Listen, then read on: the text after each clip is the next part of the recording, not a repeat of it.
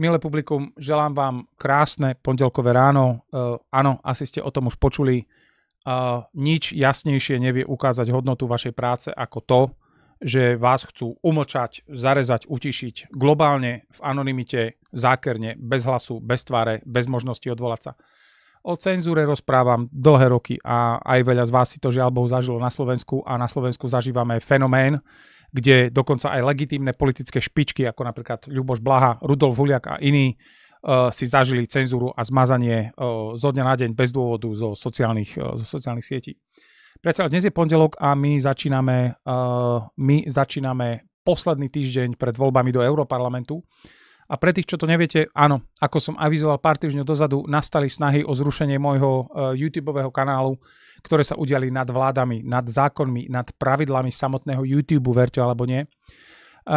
YouTube už nie je, ale som ja a ste vy. My ostaneme. Je to niečo, čo sa stalo s mojím YouTubeom, je niečo, čo som čakal po výlete prezidentky Čaputovej do sídla YouTube v Amerike zhruba 2-3 mesiace dozadu. YouTube týmto odpálil najväčšieho kritika opozície, zlého Daniho, proti vlastným zákonom. Dôvod neuviedli, účet proste neexistuje a môžete sa aj sťažovať na lampáreň.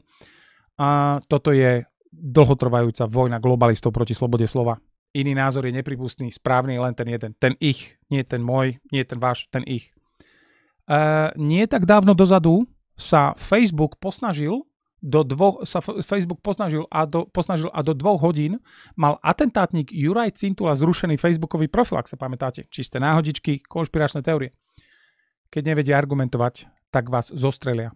Stalo sa to Robertovi Ficovi, stalo sa to aj mne. Roberta Fica strelili fyzicky, chceli ho mŕtvého. Mne zostrelili iba kanál, mňa chceli umlčať. Plakať nejdem, žil som pred kanálom, budem žiť po kanáli. Nič jasnejšie nevie ukázať hodnotu vašej práce ako to, že vás chcú umlčať. Moja práca samozrejme pokračuje. Pár dní sa na YouTube neuvidíme, lamentovať nie je na čím. Ale priatelia, pamätajte si to najdôležitejšie.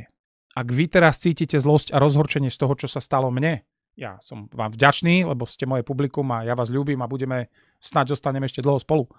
Ale tú zlosť a rozhorčenie, ktoré teraz cítite, zapamätajte si to na vhodnú chvíľu a smerujte to na tých, ktorí konajú pokrytecky a v rozpore s vlastnými zákonmi. Smerujte to na tých, ktorí vypínali škodlivé weby, ktorí vám rozprávajú o tom, že vy ste tu dezinformátori a my sme tu tí správni fact-checkeri a my vám budeme, ako niekto vám chce hovoriť, média bývalého mainstreamu vám chcú hovoriť, že čo si vy máte myslieť a rozprávať a čo nie.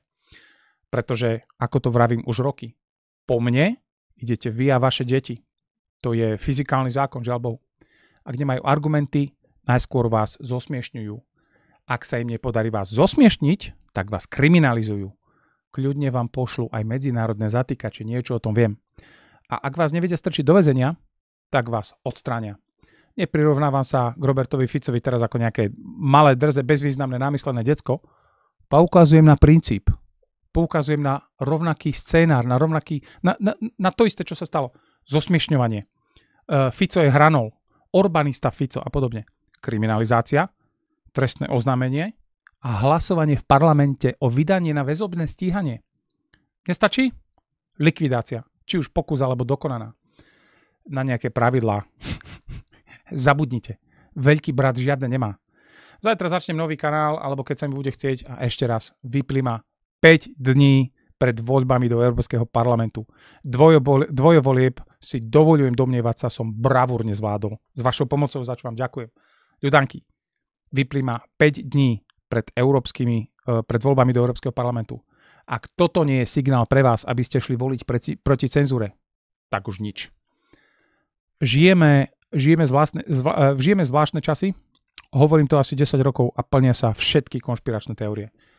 Ak chcete, toto video si môžete nahrať na vlastný YouTube alebo na TikTok, ale určite nie na Facebook, pretože moja tvára hlasu na Facebooku zakázané, pretože áno, žijeme v zajatí amerických súkromných gigantov, ktoré vám na vašom vlastnom území budú určovať, čo si môžete vy myslieť a povedať, čo nie.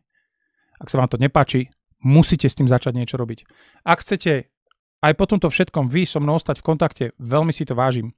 A to najlepšie, čo môžete momentálne urobiť, je, že si pôjdete prstom pekne na môj kanál, podržíte na ňom prstík 2 sekundy a vpravo hore sa vám zjaví funkcia PIN, alebo po slovensky pripnúť, stlačte pripnúť, tým pádom môj kanál budete mať stále hore na viditeľnom mieste a hlavne uistite sa, že si kliknete zapnúť upozornenia, tým pádom budete vedieť vždy hneď o všetkom, čo na tomto kanáli v najbližších dňoch uverejním a priatelia, čakajú vás veci nevídané. Ahojte, ďakujem za vašu podporu. V sobotu chodte určite voliť. Držte sa, opatrujte sa, poďme pracovať ďalej. Čaute.